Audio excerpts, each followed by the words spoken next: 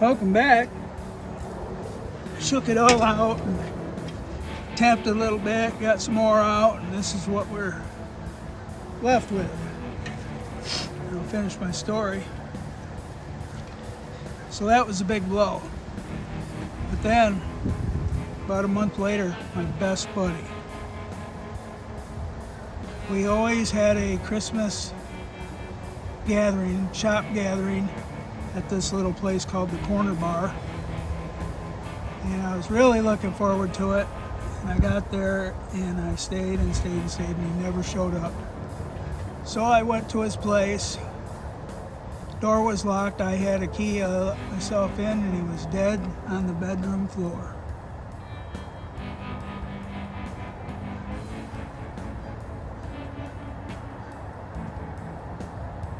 And that was it. I thought.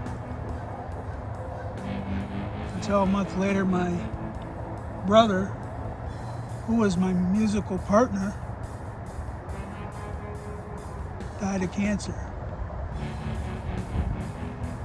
And that was it. I went into a deep depression.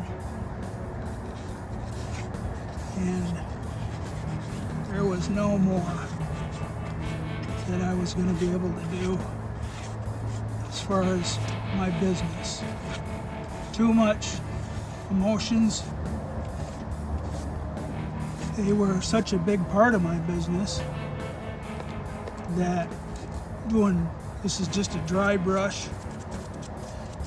I'll keep whacking it out, and I might use a little water. Let's see here. So I kind of checked out of life for a while. My business was my identity. I had who I was wrapped up to that. I was my work. And I knew that was no way to live a quality life. And I had to do something about it. I just didn't know what. So I did a lot of different things. I did so many different things. And some really fun things. And I basically started a new life.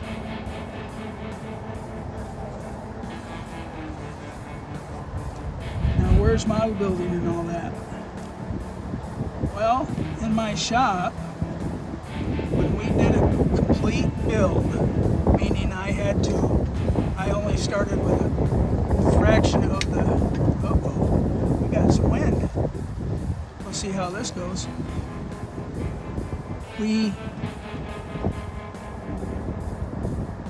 I built body panels.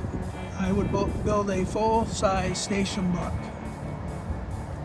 But I started with an 1/8 size buck made of wood of the entire car.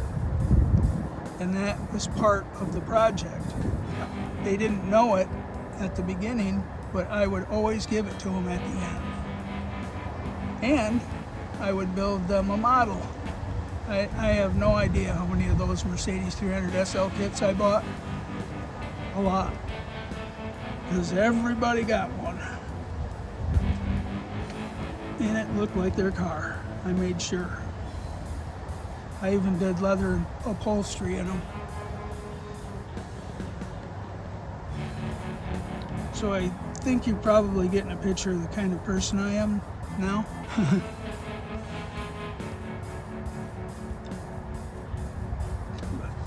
Model building nowadays, I get so much more enjoyment out of it. Since I've started this YouTube channel, and I gotta say this, the community is incredible. I'm getting stuff in the mail. I don't even know where it's coming from.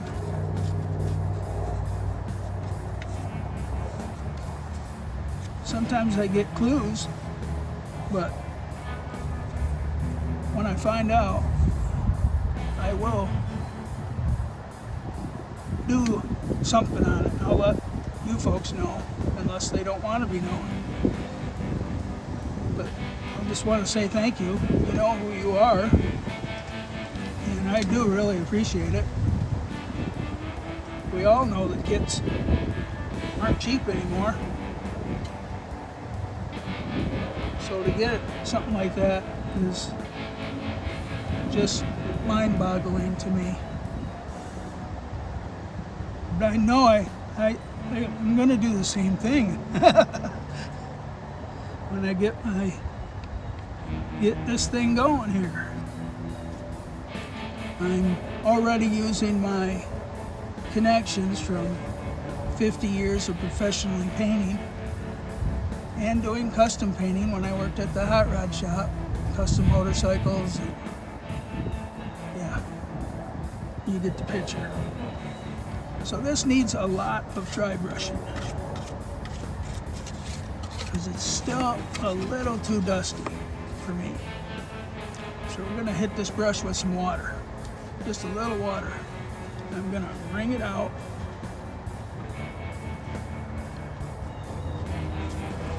I think I mentioned at the first video I did that there's gonna be some storytelling. I love a good story. And wow, do I have some.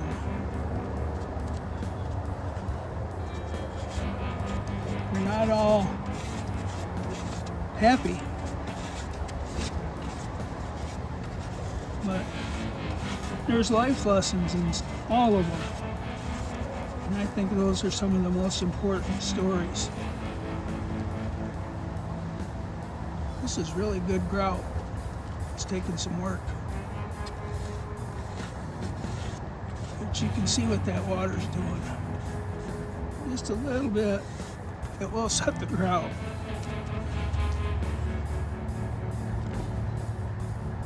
As long as I do enough drying, it won't create mud. But it is a way you can create mud.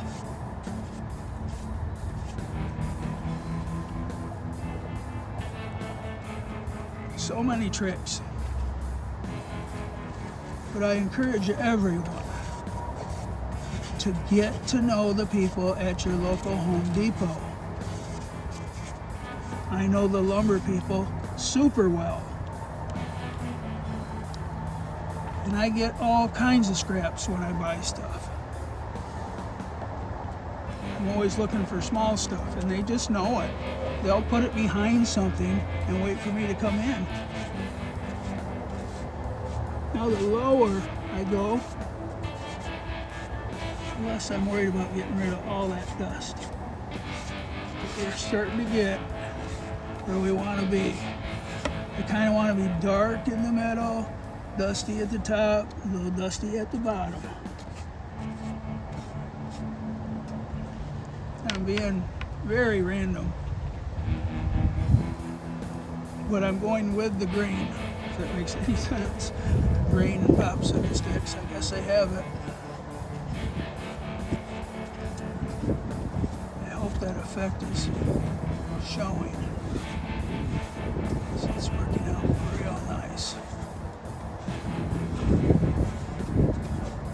Just want to take this back just a little bit, because you can always add more. And in this case, you can take it away too. Let me know what you think. It's coming along.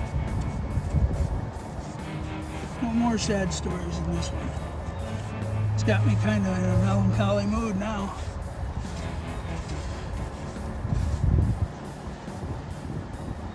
I want to continue to knock this back. Still a little too dusty for what I see. I don't want this weathering to take away from the car, because the car will be getting nearly the same treatment once I get the glass in it. I want to bring back some of that weathering effect I did with the washes. which, if you're following the Diorama video, that should be released today at noon. It seems to be my time, noon on Fridays. Oh, I've got to tell you this.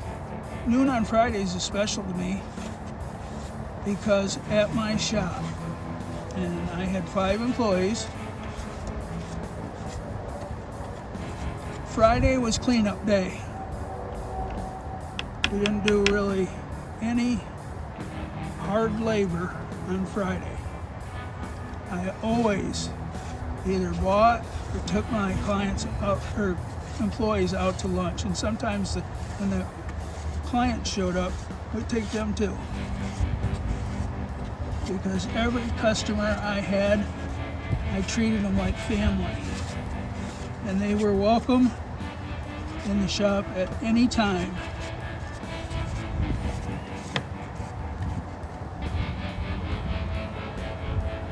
Because I had some pretty famous clients. I guess I can mention a few of them now, since they're long gone. But I did cars for Elizabeth Taylor, Paul Newman, one of my best customers. You just won't believe this. Was Vincent Price.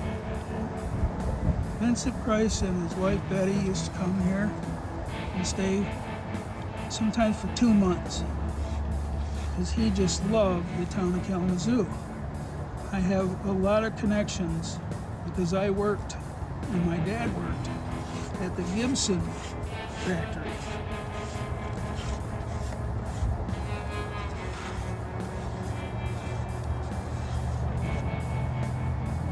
So my dad passed when I was 5. And my dad took me in there a lot when I was, heck, just a baby. He also took me to a place called Snow's Tavern. Uncle Snow was a big part of my life when my father passed. And I told you I wasn't going to tell you any more sad stories, but those guys at the Gibson plant just basically became my fathers. I had bonus fathers.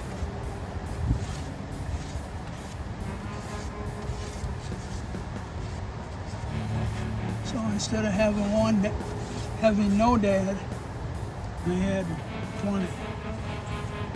And the same thing with moms. Bonus moms. Still got one living.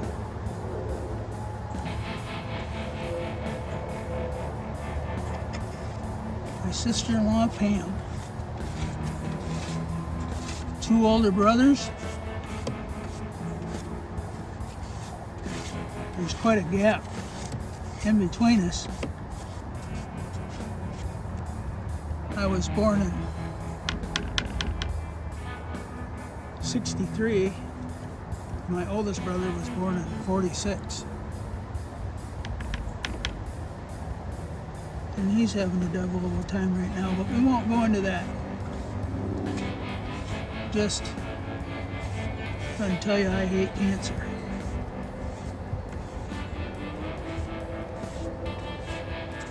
I'll sneak my head in there so I can see. I kind of know from experience what's going on. And you can see what I'm doing. I'm just slowly knocking some of the dust away. And when it dries, it leaves this very dusty look in the cracks. That's what I want.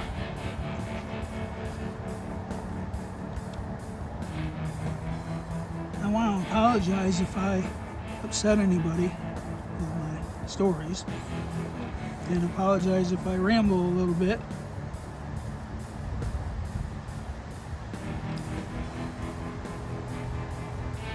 I think that's going to work on that back wall. And I'm going to work on the sidewalls and the floor. But we'll call it good for this video. I just want to thank you all for welcoming me. Means a lot. Peace, everybody.